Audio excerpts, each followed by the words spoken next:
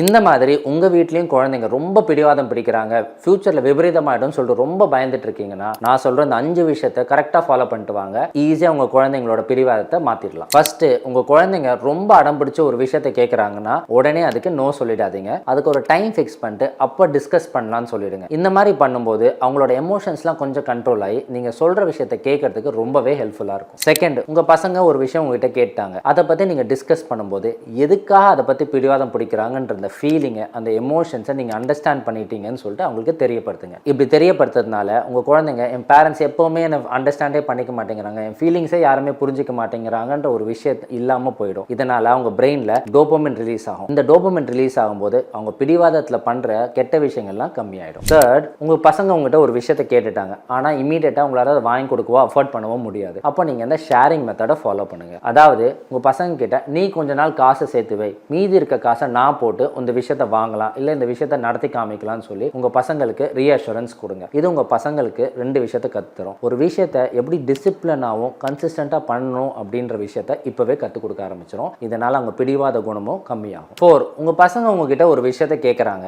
ஆனால் அதை பற்றி நீங்கள் வாங்கி கொடுக்கும்போது அதுக்கு ஃபியூச்சரில் இவ்வளோ இஎம்ஐ கட்டணும், இவ்வளோ விஷயங்கள் நீங்கள் பண்ணணும் அப்படின்றத அவங்களுக்கு ஸ்ட்ராங்காக தெரியப்படுத்துங்க. அவங்க மனசில் இந்த விஷயத்தை இவ்வளோ கஷ்டப்பட்டு இவ்வளோ கான்சிக்வன்சஸை தாண்டி வாங்கணுமான்றது ரொம்ப ஸ்ட்ராங்காக ஹிட் ஆகிடும். இதனாலே அவங்க பிடிவாதம் ரொம்பவே கம்மியாயிடும். 5th, ரொம்ப முக்கியமாக உங்கள் பசங்களோட உங்களோட வீட்டோட வரவு செலவு நிறுவனத்தை பகிர்ந்துக்கோங்க. அதை பற்றி டிஸ்கஸ் பண்ணுங்கள். சின்ன வயசுலேருந்து இதை பற்றி நீங்கள் டிஸ்கஸ் பண்ணும்போது அவங்க மனசில் நம்ம வீட்டுக்கு நம்மளுக்கு எது தேவை எது தேவையில்லைன்ற ஒரு விஷயத்தை ரொம்ப ஆள் மனசில் புரிய வந்துடும். இதனால் ஃப்யூச்சரில் யார் என்ன சொன்னாலும், சொசைட்டி ரொம்ப ப்ரெஷர் கொடுத்தாலும் இது நம்மளுக்கு தேவையா தேவையில்லையான்னு ஈஸியாக அவங்களால ஃபில்டர் அவுட் பண்ண முடியும். அண்ட் அவங்களுக்கு ரொம்ப பிடிச்சமான ஸ்டார்ஸ் இல்லை ஐடல்ஸ் இதை வச்சுருக்காங்க, நானும் இதே மாதிரி ஃபோன் வாங்கணும், இதே மாதிரி ஷூ போடணும் அப்படின்னு நினச்சாங்கன்னா அந்த ஸ்டார்ஸு எதனால் எந்த ஸ்கில்லை வச்சு இந்த லெவலுக்கு வந்திருக்காங்கன்றதை பாயிண்ட் அவுட் பண்ணி அவங்களுக்குள்ளே இருக்க தனித்துவத்தை டெவலப் பண்ண சொல்லுங்கள். அப்படி பண்ணிகிட்டே இருந்தீங்கன்னா அவங்களோட பிடிவாத குணம் ரொம்பவே கம்மியாயிடும். எவ்வளோதான் பிடிவாதம் பிடிக்கிற குழந்தையாக இருந்தாலும் அவங்கள